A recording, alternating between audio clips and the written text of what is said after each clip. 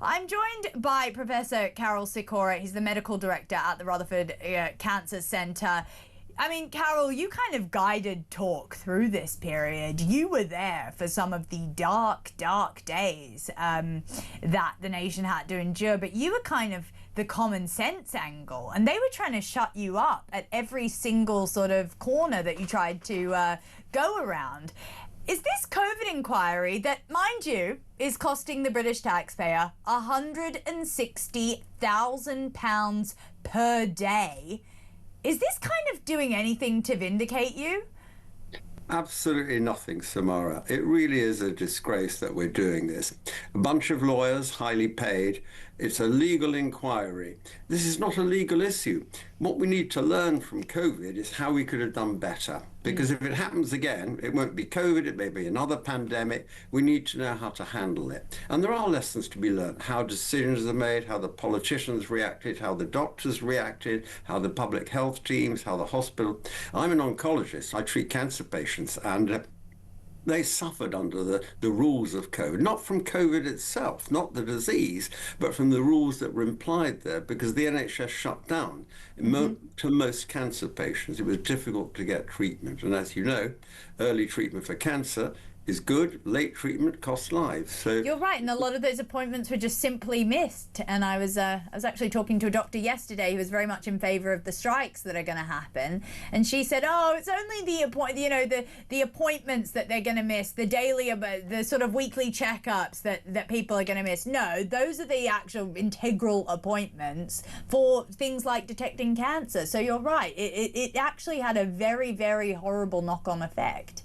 And there was no need for it. That's when you look back on it, it was just another respiratory infection, just like a lot of them. It mainly affects old people. The average age of death from COVID was 83, for goodness sake. I mean, that's above the average age of death of the population. It didn't cost a lot of life years. The problem is that the other diseases that were held up, heart attacks, cancer, stroke, they were in much younger people.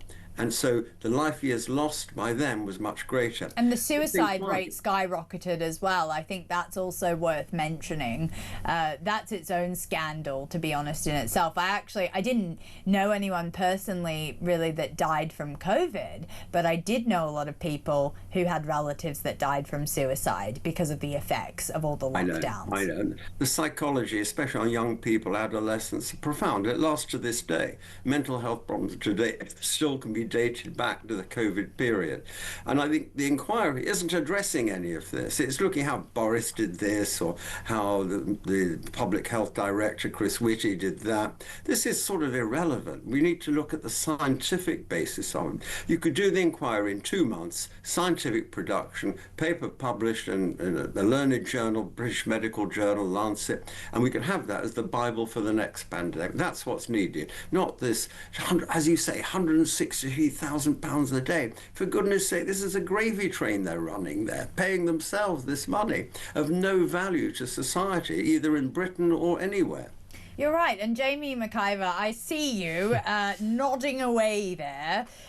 What would you say to this? I mean, this is the Tories who really are dead in the water. And a lot of it is because of this COVID response. People don't forget easily. And it definitely, I mean, when we see this inquiry, we do get a very good insight into just how shambolic that government was when it was being run, or when they were running the country. I mean, what would you say to this COVID inquiry? Is it worth it? I mean, it can't be. Well, to be honest with you, I think the COVID inquiry has become a party election broadcast for any other political party other than the Tory party. And I say that as someone at the time, I was a Tory councillor at the time, and I can remember something. The high streets were just opening back up, and I was determined to get people back to the shops, spending money, save the high streets. They're already, by the way, pre-COVID dying. And, I remember having to say to people, remember your hands, your face, and keeping space.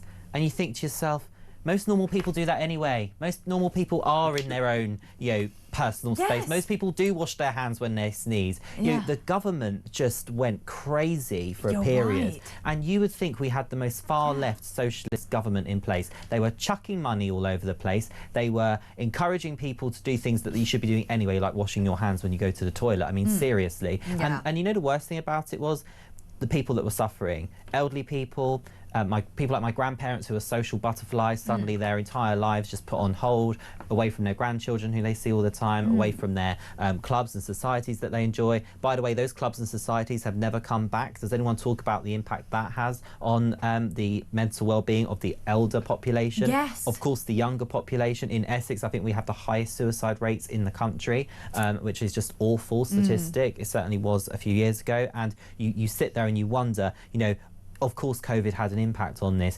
Locking people away from their support networks for something that was allegedly started in China and came to this country and was going to be so dangerous that people couldn't even send their children to school, where we already pretty much had herd immunity because of how young they are. I'm no scientist, I'm no expert in pandemics, but what I do know is that decisions that politicians made were not being made on what's right for public health. They were being made on what makes them popular. They were too busy looking at the opinion polls. We had young women taking their dog for the walk and being arrested on park benches. Does everyone remember that clip?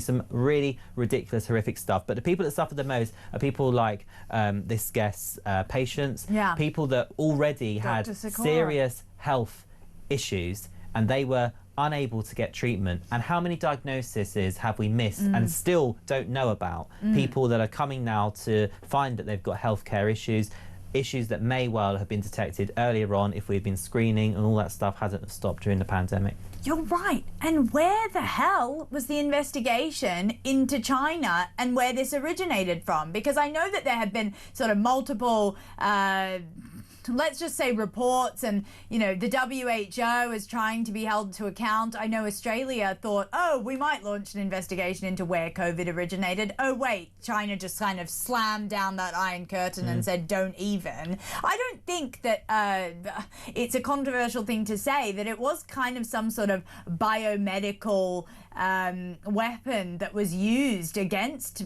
Western countries. I remember I was actually in Russia at the time when COVID was a thing and when it happened, and I was talking to one of the doctors there, and they said to me a simple question. They said, it's the same virus, but every single country has reacted differently. Why is that? And I kind of couldn't come up with an answer for it. I was just thinking maybe there is a weird I don't know, there was definitely a concerted effort to try and cripple a lot of the West. And when we think about that time, when you talk about people walking their dogs and facing the force of the law and police, it really regenerated our minds to think, oh, yes, I should tell on my neighbour. Oh, yes, that's not right. And then this nanny statism of wash your hands. Telling citizens to do basic things. It does really make me think that we did rewire a lot of our brains during that period. And I wish there was an inquiry into that, not an inquiry into what Boris Johnson was doing on the 10th of May, 2021. What would you say to that? I would agree.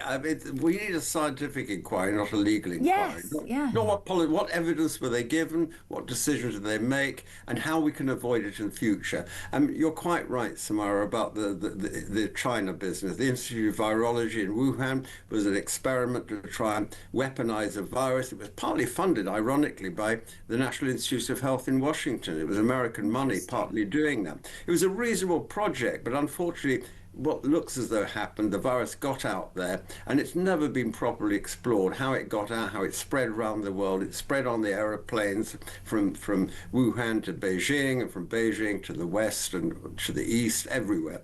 And that's the problem. These are the questions we need to address, not this nonsense that's going on, costing so much. It's not a legal inquiry we need. It's how to do better the next time. That's where we've got to come to. Give us 10 bullet points of how we could do better next time. So younger politicians, aspiring politicians can actually take charge the next generation and use the evidence from the past to improve the future. And that's what we need. You're nodding away there, Well, Jamie. I completely agree. And also, but we can all be reassured, can't you? Because this Labour government's stance on China is so strong. We're just giving them a bit of we're just giving them our overseas territory through Mauritius in terms of the Chagos Islands, just so they make sure they can land their fighter jets a bit nearer to some of our assets. Oh, and also we're going to let them build in the centre of London an enormous embassy, which has so many ramifications for our technicality. But no, it's fine, isn't it? Because they only brought the world to a halt. Oh, and then there's a prosecution that mysteriously is no longer, despite having court hearings, also linked to China. But, you know, it doesn't matter. We've got spies in our parliament. We've got an overseas territory that we'll give via Mauritius, and we've got a huge embassy coming. So it looks like lessons from COVID that have been learned in terms of China is nothing. Oh, yeah. China's absolutely been held to account for this. Not. I mean, yeah, would you agree with that, Dr. Karol? I mean, you were the one who was actually, I mean, this whole conversation, we probably could have been thrown into jail over this if we had it a couple years ago. And you were the one trailblazing all this common sense during a time when, frankly, it was just pure madness. It was complete madness. And, you know, some of my colleagues, again, oncologists, were sort of persecuted. I mean, our lectures were taken down off Facebook. You know, the university lectures, Imperial College, where I worked, they'd be taken down because we had criticism of how COVID is being handled in the context of cancer, because basically cancer services all over the world stopped in many countries. Now, something you said earlier, Samara, is completely true. What we could learn from is how different countries handle the situation, because everybody handled it differently. Border control was different. The red hotels, you know, from people from red zones and all the rest at the airport, that was all handled differently. So there's a lot of information there about how to handle a pandemic that will be useful to capture, but this inquiry isn't doing that. It's just, as you say, inquiring what Boris had for lunch on a certain date in September. You know, we're not interested in that, for goodness sake. No one's interested in Boris anymore. Yeah, precisely. What he had for lunch, you know. Yeah. Things have moved on, and we've got to capture what's important and move it forward. And I'm afraid this inquiry is just not going to do that. You're right. And the common denominator is that people just made piles and piles of money out of this whole crisis. And you can see that. Why is the COVID inquiry still making £160,000 a day? Because people are still making money out of it. That is actually what's going on. So I'm just really sick of all our taxpayer dollars being absolutely spaffed away. I mean, part of the reason we're in massive debts at the moment is because of COVID and because of all these stupid decisions that were made by the previous government. And I'm just really over it. I think when we look at, you know, Michelle Mone, the contracts that came out of that, the PPE raucous. I mean, it shows that the worst of humanity was actually on display at that time, not the best, even though they want us to believe that because we went to bang a few plates for the NHS, a few pots and pans, apparently we were all singing and holding hands and saying kumbaya. It's not true. It was a dark, dark time, and let's hope we never go back there again. While I've got you, Dr. Karol, I want to talk to you just about the strikes. Now, Wes Streeting's saying we will not be held ransom by the striking doctors. That's something quite interesting for him to say, considering he gave them a 22% pay rise. I mean, there's a 5-day walkout planned by these resident doctors. It's due to take place between the 14th and the 19th of November, so pretty soon. What do you make of that? Is this just sort of the entitled generation saying we want more?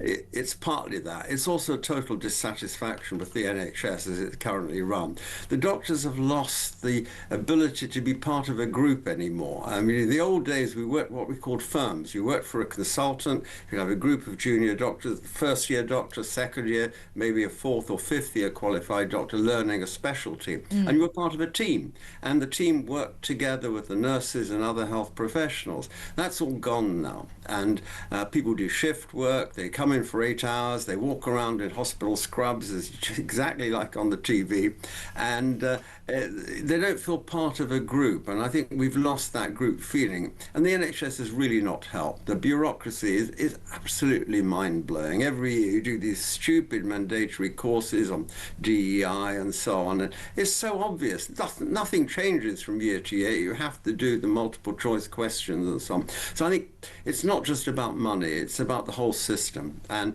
I don't know what you can do to get it better. Other countries are fine. That's the thing, again, comparing France, Germany, Switzerland. Australia. Young doctors are great. And Yeah. it's not about money. This is about job satisfaction and position in the system, basically.